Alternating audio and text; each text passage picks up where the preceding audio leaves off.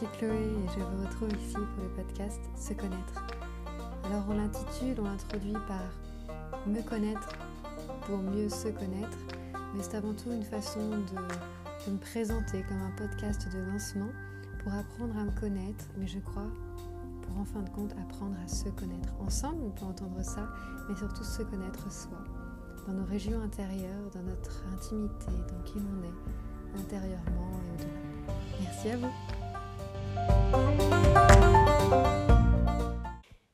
Bonjour tout le monde, voici qu'on se retrouve sur le podcast Se connaître, me connaître pour peut-être se connaître. Je crois que ce sont les mots un petit peu qui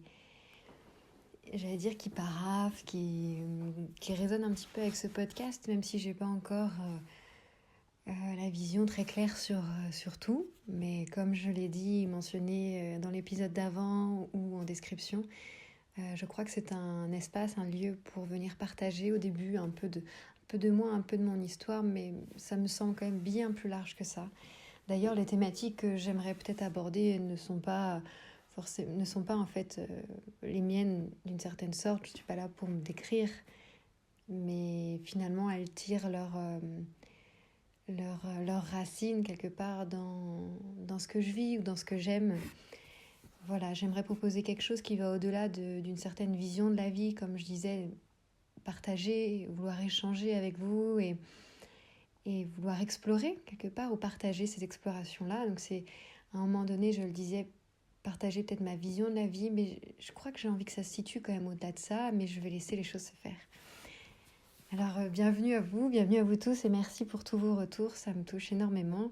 J'en suis un peu intimidée parce que c'est toujours incroyable toute cette chaleur qu'on peut recevoir, mais c'est aussi intimidant de faire ce genre de projet pour certaines personnes du moins, et surtout quand on y dévoile des choses qui, déjà un peu de soi ou un peu de choses qui nous tiennent à cœur. Pour certaines personnes c'est déjà pas forcément évident.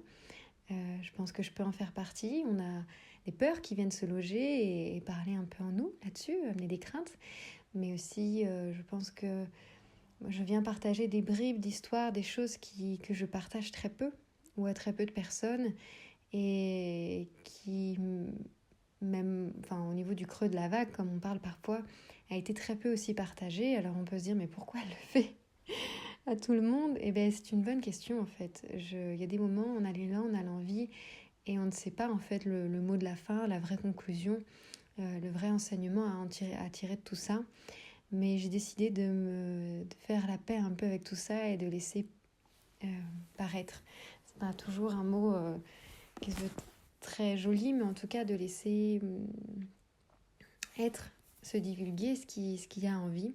Et je crois que mon élan premier a beaucoup été et souvent été en fait celui d'aider les gens, et j'ai bien compris et je comprends bien qu'il faille s'aider avant d'aider les gens.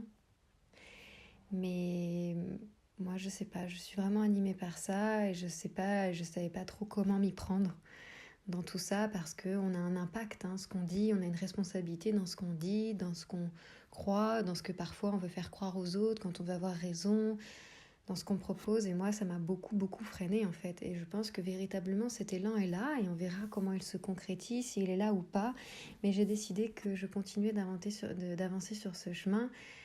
Je sais pas, il y en a qui diront est-ce que c'est le vrai ou le bon chemin. Je crois pas qu'on a à penser forcément comme ça, mais moi ça me met en joie en tout cas de vous partager ça, et j'ai pas l'impression de venir vraiment faire du mal. Vous allez vous dire mais pourquoi elle dit tout ça, qu'est-ce qu'elle nous raconte? Mais effectivement on est quand même dans un environnement, dans une société où les gens, les pubs, tout, on devrait tous faire attention à tout. On nous dit bien de faire attention à tout, notre santé, il y a plein d'autres choses, mais en même temps ceux qui disent ça, ou nous-mêmes quand on le dit, est-ce que vraiment nous on fait attention à tout? Alors moi j'ai pas les codes pour ça, mais je me suis dit qu'il fallait peut-être cesser de s'interdire des choses qui peuvent peut-être proposer des jolies fleurs, un joli bouquet, un mot moqueur à certains. Alors voilà, cet élan de partage, je crois qu'il est comme un bouquet de fleurs qu'on irait offrir à une personne. On ne sait pas si ça lui plaît, ça lui plairait ou pas, mais c'est juste un élan du cœur. J'ai envie de l'appeler comme ça plutôt. Et c'est marrant parce qu'aujourd'hui, dans ce deuxième épisode, j'avais écrit que je voulais aborder la vision de l'accompagnement, de l'écoute, des échanges du cœur, en fait, quelque part, c'est cet élan de ce que moi j'ai, de ce que j'ai envie de faire depuis longtemps, à travers de ce que j'ai essayé de faire à travers un parcours plus conventionnel, plus écrit, d'études, et puis après un peu plus alternatif avec d'autres études, mais finalement avec aussi un regard que je porte, qu'on peut porter à vouloir essayer de pas faire de mal à l'autre, à essayer de le comprendre, à se dire mais où ça bloque, quel rouage bloque, mais pourquoi il est à côté de son chemin, ça semble être là son chemin, mais j'ai pas à lui dire ça, mais peut-être je me trompe, et tant mieux si je me trompe quelque part, que lui sache mieux que moi, il n'y a que lui, il n'y a qu'elle qui sait mieux pour elle que moi, que d'autres, que tout le monde. Mais à des moments quand même, quand on regarde la vie des gens, on se dit mais pourquoi en fait? Et puis il suffit de regarder, j'ai l'impression parfois la société en elle-même pour se dire mais pourquoi on marche comme ça? Mais en fait, on parle de parfois marcher sur la tête, mais ça a tout son sens. Mais parfois j'ai l'impression qu'on marche à reculons. Et j'imagine que marcher à reculons ça sert, mais je pense qu'à des moments, et tant qu'on avance. Et donc voilà, moi j'avais envie de parler de cette vision de l'accompagnement parce que finalement je suis pas juste là pour éclairer ma vie, la partager et être l'influenceuse. J'ai pas du tout envie d'être ça. Et finalement, ce que je propose ou ce qui va se proposer et ce qui se propose euh, dans ma vie, dans les accompagnements que je mets en place et que je souhaite mettre en place, qu'on peut retrouver sur mon site internet. Je pense que c'est un peu ça, cet épisode numéro 2. C'est aussi éclairer sur ce qui se propose déjà ou ce qui souhaite se proposer. Et du coup, je voulais faire part de ça, en fait, du fait que ce qui m'anime, moi, à aujourd'hui, c'est vrai que c'est de rencontrer les gens. Et depuis toujours, ça a souvent été ça, et je l'ai souvent dit, c'était que je me disais, mais pourquoi les gens, ils font pas ce qu'ils aiment? Pourquoi ils se forcent à ça? Pourquoi ils croient ça, en fait? Et je dis ça, moi aussi, j'ai été comme ça, je peux être encore comme ça, donc y a pas de jugement. Mais je peux nier le fait que, comme d'autres, j'imagine, comme plein d'autres, ça nous passe par la tête. Et en fait, le cœur des accompagnements, de ce que je souhaite proposer, que ce soit individuel ou en groupe, mais aussi en fait quelque part dans les partages, j'ai vraiment l'impression c'est que la personne trouve son chemin, mais j'ai la sensation que la personne elle a déjà trouvé son chemin. Elle sait en fait, au fond d'elle, elle le sait bien. Ou elle l'a oublié, ou c'est obstrué par des nuages. Le soleil, elle sait où il est quelque part. Elle le voit, elle le sent, il rayonne, mais parfois il y a des nuages, donc on ne sait plus vraiment quel chemin prendre. Et puis pour un peu qu'il y ait de la broussaille, on est perdu. Et voilà, moi j'ai l'impression que ce qui me tient à cœur, c'est vraiment comme si on avait ou pas à revenir un peu dans le centre de nous-mêmes, dans notre cœur, et écouter ce qui pulse en fait. Et je crois que ce chemin-là, il me plaît beaucoup parce que j'ai eu et j'ai à le vivre. Et je me dis que quand même, on doit tous être pourvus à l'intérieur de nous de belles choses. Et que si on suivait tout ce qu'il y a à suivre en nous-mêmes, dans la pureté de notre cœur, entre guillemets, si je peux dire ça, peut-être de très très belles choses se feraient. Et puis surtout, je dirais que moi, ça me faisait souvent mal au cœur de voir des gens être à côté de la plaque, j'ai envie de dire, dans le sens où bah, il fut un temps, et encore aujourd'hui, où on a fait et on faisait ce qu'on devait faire, ce qu'il y avait à faire, ce qui était bien de faire dans la société, ce qui était bien de faire pour notre famille, ce qui était bien de faire pour notre entourage. Et nous, quand bien même on avait certaines passions, pour un peu qu'elles étaient par exemple artistiques, il y a des gens qui sont passés outre et qui ont essayé et qui ont galéré peut-être, mais il y a des gens pour qui, non, mais sans même en faire un métier, mais qui n'ont même pas été exprimer ça parce qu'on ne pouvait pas, en fait, tout était bridé dans notre société, et bien sûr qu'on le pouvait, mais c'était pas forcément évident. Et moi, je me suis souvent dit et souvent vu cette image un peu comme si notre cœur c'était une lumière et qu'elle s'éteignait lorsqu'on ne suivait pas en fait ça. Parce que quelque part, ça c'est notre carburant, on pourrait l'imaginer comme ça. Alors voilà, moi j'ai à cœur que les gens trouvent leur chemin, les clés pour eux, pour vivre. Que, qu'en fait, c'est pas forcément évident de se laisser être qui on est, mais que finalement, c'est ce qu'il y a quand même j'ai l'impression, de plus simple à vivre. Alors, comme on dit souvent, c'est peut-être simple mais pas facile à mettre en œuvre, mais quand on commence, et tout le monde le fait chaque jour, mais qu'on conscientise davantage ça, qu'on marche là-dessus, sur ce chemin-là, qu'est-ce qu'on se sent mieux en fait? Parce que en essayant, en marchant, en montant ces murs, ces barrages qu'il y a en nous-mêmes, à l'extérieur, ces barrages, ces lourdeurs en fait qui nous empêchent d'être nous, je sais pas, de bien s'habiller, d'être jolie pour une femme, d'être tout apprêtée d'une autre manière pour un homme, je ne sais quel autre exemple. C'est parfois pas évident, on a peur du regard des autres, et quand on le fait, en fait, mon Dieu, quel soulagement on peut avoir en fait d'avoir passé cette barrière qui n'était pas évidente à passer en nous-mêmes, mais qui une fois fait en fait un soulagement parce que déjà on concrétise ce qu'on avait envie, mais surtout on en vient à, je pense, à s'apporter et à se porter de l'amour. Donc voilà, se laisser être à qui on est, à nos yeux en fait et pas aux yeux des autres. Mais c'est une phrase très, très facile à dire, mais pas forcément, ou très simple, mais pas forcément facile à mettre en œuvre. Alors voilà, moi dans ces accompagnements, dans ce que je propose, simplement dans ces mots, dans ces échanges avec vous, je voulais un petit peu clarifier, dire mais pourquoi elle fait ça, qu'est-ce que c'est. Déjà je pense qu'il y a des gens, ils comprennent peut-être rien en fait à ce que je fais et à ce que je fais pas, ou du moins à mes intentions. Mais moi j'aime quand même beaucoup écouter les gens et échanger avec eux. J'aime recevoir les gens, les écouter le profond, le tréfonds de leur profondeur, ce qui va pas, ce qui va bien, parce qu'on peut aussi être écouté, accompagné dans tout ce qui va bien, dans la simple création qu'on a envie de mettre en œuvre. Je parle de ça parce que ça peut se lier au coaching, mais vous savez, pour ceux qui partagent des séances de coaching avec moi, que c'est du coaching, mais pas que. Et moi, ce qui m'a toujours plu depuis longtemps quand même, c'est écouter les gens et comme si on allait cerner en fait leur cœur et pouvoir leur dire mais t'as vu, c'est là, leur apporter la lumière, c'est là que tu es, c'est là que tu es allé, c'est ça que tu es. Ne t'embrouille pas de plein de choses, mais c'est très facile à dire parce que moi-même je m'embrouille de plein de choses, donc voilà, écouter l'autre, recevoir ce qu'il a à dire. Et je crois que ce qui m'anime et ce qui m'animerait encore plus dans d'autres propositions, c'est simplement en fait de faire germer, laisser possible en fait ces espaces de parler. Alors il y en a qui diront oui, mais ces espaces de parole où on se plaint, où on ne fait que parler pour parler, ça sert à rien. J'entends. Mais moi, dans ce que j'ai vécu, il était peut-être tout à fait très juste que je ne parle de rien. Je pense que dans qui je suis, mes périodes un peu solitaires, mes espaces solitaires, mes moments de grande introspection, je pense que ça a vraiment été ça. Et c'est vraiment ça, ces grandes observations, ces profondeurs, ces tréfonds, elles étaient très utiles. Mais je vous assure qu'à des moments, je me dis mais quelle richesse ce serait, et c'est déjà, parce que quand on partage avec des proches en qui on a confiance, en nos familles, en nos amis, même en un inconnu avec qui on sent quelque chose d'assez fort parce qu'on se reconnaît dans certaines parties de nos histoires, je me dis quand même que j'aimerais ces espaces en fait, et que j'aime ces espaces où on peut parler de tout ça. Parce que moi, dans ce que j'ai vécu, qui a été à des moments très compliqués, parce que on ne voit pas le fond, on est dans le puits mais on ne voit pas le fond, c'est comme si c'était une chute sans fin. Alors, la chute quelque part elle fait pas vraiment mal parce qu'on n'a toujours pas chuté, mais en tout cas on sait qu'on plonge et qu'on plonge. Alors on peut respirer, on va bien d'une certaine manière parce qu'on n'est pas mort entre guillemets, mais qu'est-ce qui se passe en nous, c'est peut-être comme une petite mort quand même, ou une grande mort. Et moi, je sais qu'à un moment donné, il n'y avait pas beaucoup de personnes à qui je pouvais partager ça. Heureusement, j'ai été bien entourée, mais certaines personnes, même à qui j'ai pu partager ça ou que des bribes, tout le monde n'était pas apte à comprendre en fait.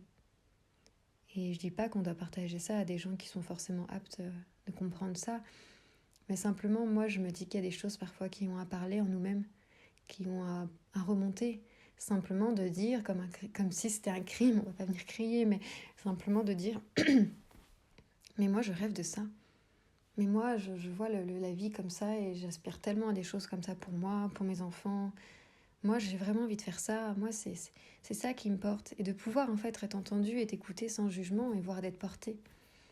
Alors voilà, moi j'aime ces espaces où l'on peut parler en fait. Et où l'on peut parler vrai, quand bien même il y en a qui diraient ben oui mais parce qu'on parle à travers des émotions, faire attention.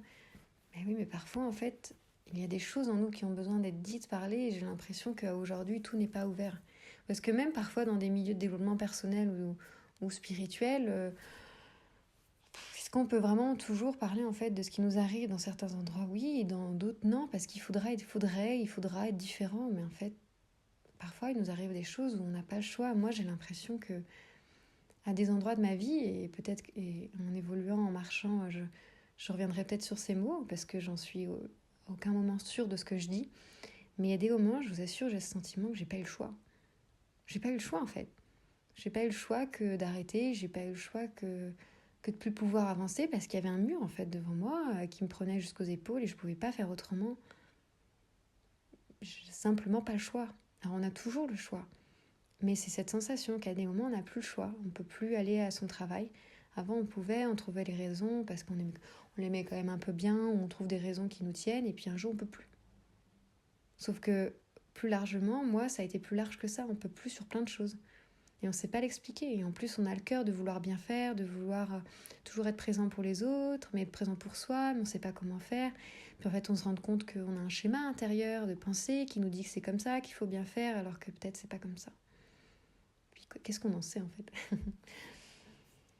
Alors voilà, moi, cette vision en fait du coaching, de l'accompagnement, de ce coaching un peu, que je dis spirituel, peut-être pour introduire avec ces mots en disant plus ce coaching de la voix intérieure, de venir à l'intérieur de soi, de regarder, d'observer et de s'occuper de son jardin intérieur, de sa terre, de planter, d'arroser. Et justement, j'avais cette vision un petit peu de on est nous deux, on est ensemble et on a la pioche parce qu'il faut s'occuper un peu de son terrain. Hein.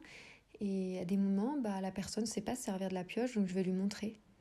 Et puis après, c'est à elle d'essayer. Mais peut-être qu'elle, en fait, elle va pas du tout s'en servir pareil. D'ailleurs, j'aurais peut-être même pas à lui montrer, c'est simplement lui donner la pioche. Et elle va s'en servir comme elle le voudra. Elle prendra soin de sa terre et de ses fleurs comme elle le voudra. Parce qu'en fait, l'essence même, j'ai l'impression, le but, s'il y en a un, c'est que la personne trouve quelque part sa lumière, son cœur, et suive en fait quelque part toute cette petite voix, tout ce qui nous est dit, tout ce qui nous est partagé à l'intérieur de nous quand on entend parler souvent de la petite voix à l'intérieur de nous. Alors voilà, il y a des moments j'ai l'impression que je m'en sers, que je montre, mais tout en sachant que je montre pas pour que la personne fasse exactement pareil, mais pour qu'elle fasse comme elle a à faire. Puis il y a des moments j'ai peut-être juste à montrer où aller ranger. Il y a des moments j'ai peut-être juste à marcher dans sa maison avec elle pour qu'on la trouve cette pioche. Puis il y a des moments la personne elle sait très bien, elle l'a, elle fait, mais elle va juste demander mais toi comment tu fais? Moi je fais comme ça, et alors toi? Et on échange. Et voilà. Alors moi, je me disais que oui, c'est vrai que l'intention de tout ça, que j'aimerais, et il y en a, ils vont vont peut-être se dire que c'est une vision utopique, c'est de permettre en fait à l'autre d'être heureux, c'est de prendre nos chemins à nous, c'est de s'aimer, mais c'est plus large que ça, et on viendra sur ça après, mais on va introduire un peu comme ça. C'est découvrir la vie en fait, continuer de découvrir la vie telle qu'elle est, telle que nous sommes, la vie en nous, la vie plus largement, parce que j'entends parfois, et j'ai beaucoup aimé aussi suivre ces discours-là parce qu'ils m'ont appris, mais ils ne sont pas suffisants pour moi. Parfois, on va parler d'un coaching ou dans d'autres endroits, de suivre la femme qui est en nous, de ce qu'il y a en nous, mais moi, je me dis toujours, mais oui, mais c'est génial, mais pour moi, ça vient pas de nulle part, en fait, à moins que ce soit le produit du hasard, donc ok, pourquoi pas, chacun ses croyances, ou si on peut pas dire croyances, je sais pas ce qu'on peut dire, mais chacun a sa façon de voir la vie. Mais pour moi, ça va au-delà de ça, en fait. Ce n'est pas qu'un processus biologique ou autre qui fait qu'il y a des codes qui se sont formés, mais nous, il y en a qui ont le don ou la compétence superbe d'être manager, d'autres de travailler la terre, d'autres avec les animaux, d'autres d'être coach. Je sais pas, pour moi, c'est au-delà de ça. Donc c'est ça, en fait, découvrir la vie largement, la vie en soi, et je crois que c'est ça qui m'intéresse le plus, et c'est ça que je souhaite proposer, en fait. C'est ça que je propose, je pense. C'est venir sur son chemin intérieur, marcher dessus. Mais on marche déjà dessus tous les jours, mais est-ce que c'est pas conscientiser? Est-ce que c'est pas ajuster? Est-ce que c'est pas rendre tout cela plus conscient, plus lumineux, débroussailler? Qu'on voit davantage le soleil et qu'on puisse le suivre car il est notre guide. Je crois que c'est ça qui me plaît, c'est aller à l'intérieur de nous, c'est regarder ce qui s'y passe, trouver la voie, quelle est la vraie voie, et s'il n'y en a pas, il n'y en a pas, mais peut-être chercher, voir, aller chercher un peu plus en nous qu'à l'extérieur. Et je dis pas qu'il ne faut pas aller à l'extérieur, parce que de nous-mêmes, on peut avoir des envies d'accompagnement, de recherche, d'outils, de rien, de l'extérieur. Voilà, ce sont ces visions, en fait, de vivre à partir de soi. Et à nouveau, c'est pas égoïste. Et l'autre jour, je me disais, mais je trouve que c'est un mot, une vision dont on peut souvent parler, et j'ai l'impression d'avoir comme capté autre chose. De me dire, mais l'égoïsme, finalement, dans une certaine pensée, n'est-ce pas en fait vivre à travers certaines, j'allais dire notre personnalité ou certaines parties de notre personnalité? Et ne plus être égoïste ou ne pas être égoïste, est-ce que c'est pas se lier quelque part à la vie, avec un grand V? Voilà. Et ben je pense que c'était une proposition juste pour éclairer sur ce que vous pouvez retrouver sur certaines plateformes et qui me semble assez utile pour comprendre en fait donc ce podcast, mais aussi en fait un peu plus ce que je peux proposer, parce que certains ne comprennent pas forcément, et je suis pas en train de faire la promotion de ça pour qu'on vienne suivre mes propositions, mais simplement pour éclairer ce que je propose. Et ce que je propose, je crois, ça souhaite être d'éclairer le chemin intérieur. Notre chemin, nous, notre cœur, le suivre, sans épargner et sans mettre de côté et rejeter la tête, mais comme venir éclairer tout ça, un petit peu des bribes, et moi je le fais à travers mon cheminement, mais comme plein d'autres. Voilà, alors à nouveau, prenez ce qui vous plaît, ce qui vous fait plaisir, ce qui résonne en vous, et laissez ce qui ne vous convient pas, et ne cherchez pas à forcer, je crois que c'est vraiment pas là le chemin, en tout cas pas pour moi. Je vous embrasse très fort et vous remercie aussi très fort.